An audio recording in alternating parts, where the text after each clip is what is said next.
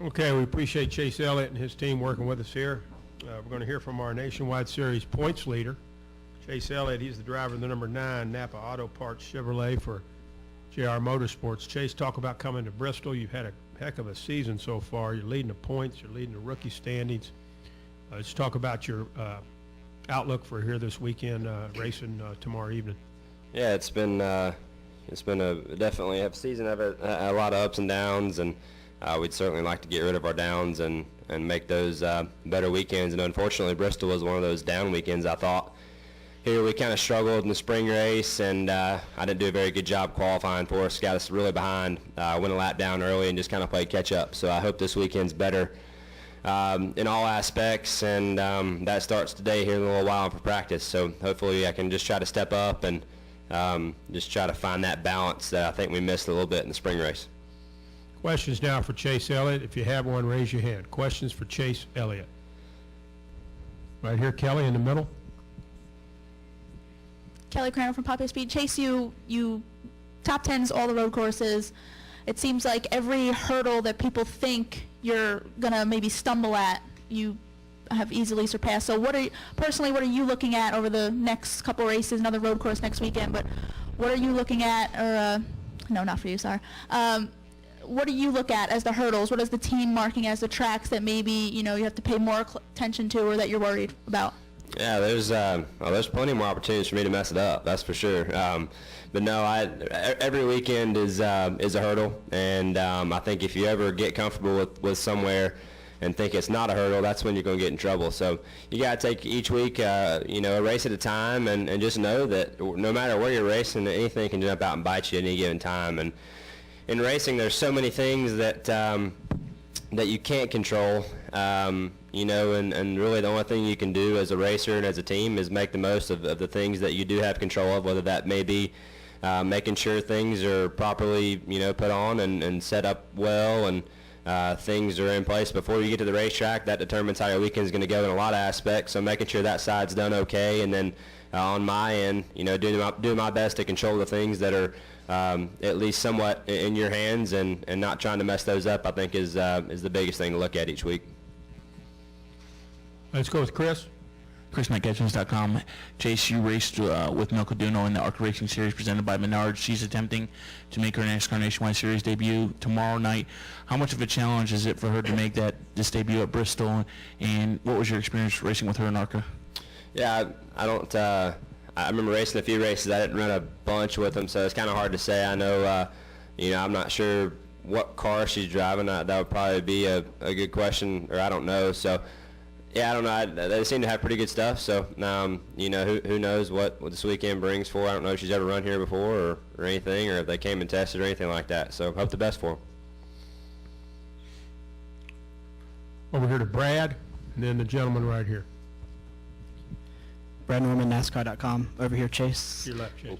Is Bristol the type of track where the standings can look a lot different coming out than they do coming in?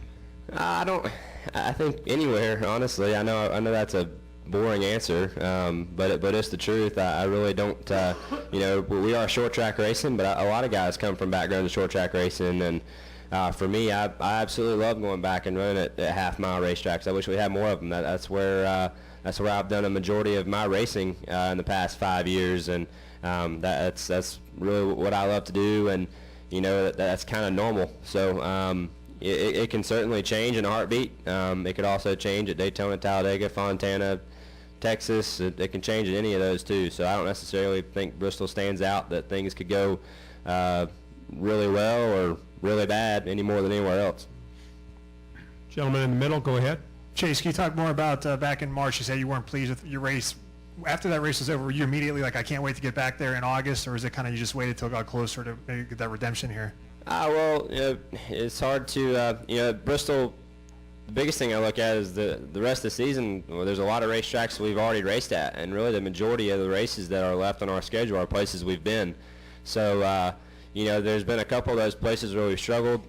Here was one of them. And, in the spring race, in a way, I wanted to get it behind me, and certainly in a way, I want to get back anytime to come to Bristol, in August, knowing that's the night race, and that's just a fun time of the year, kind of getting towards the fall season, and and whatnot. So I always enjoy coming back here, and sure, I was looking forward to getting back and hopefully bettering our run that we had here in the spring. And but at the same time, you want to kind of get that behind you and hope that you don't have those issues again, and just try to find some more speed from where we were then, and hopefully just try to challenge those guys that we'll have to beat. Let's go right here to Matt, Deb, and then Deb. Matt Weaver, PopularSpeed.com. Given that you and Greg are parting ways next season, how important is it for you to feel like you need to go out and do what you can to earn him that championship before he goes to Cup? Yeah, absolutely.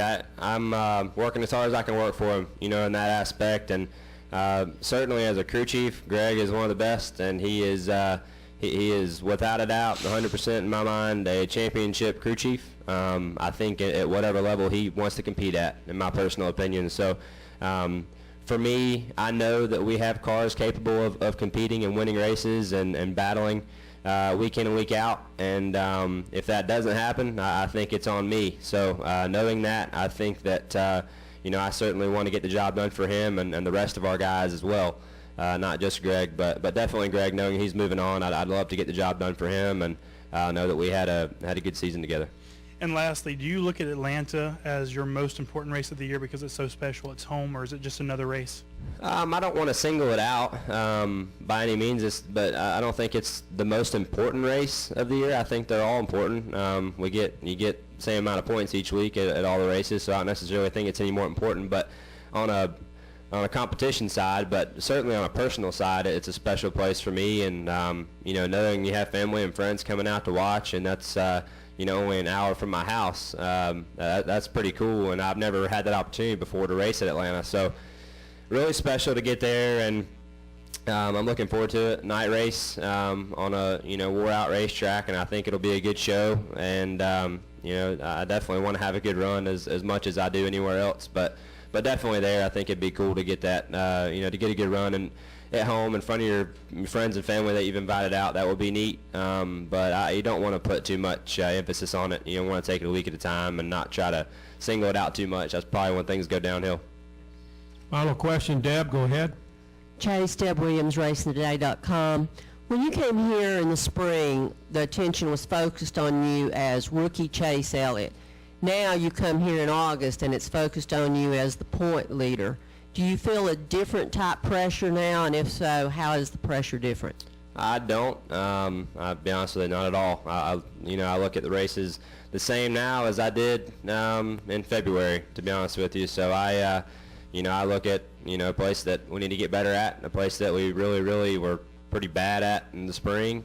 Struggled really bad personally, and a place that I need to step up and do my job better. And I don't look at any more extra added pressure. I don't think there really is any.